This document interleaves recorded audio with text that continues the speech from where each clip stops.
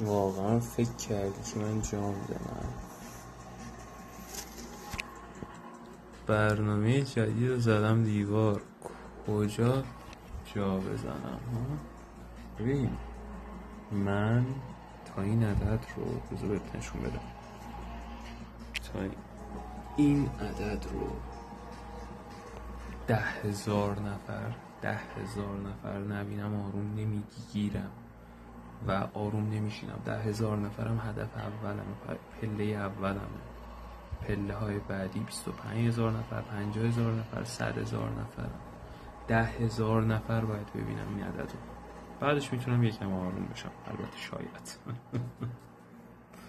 با 6 ساعت خواب برم کار میکنم که برم برای 6 ساعت خواب بعدی و باز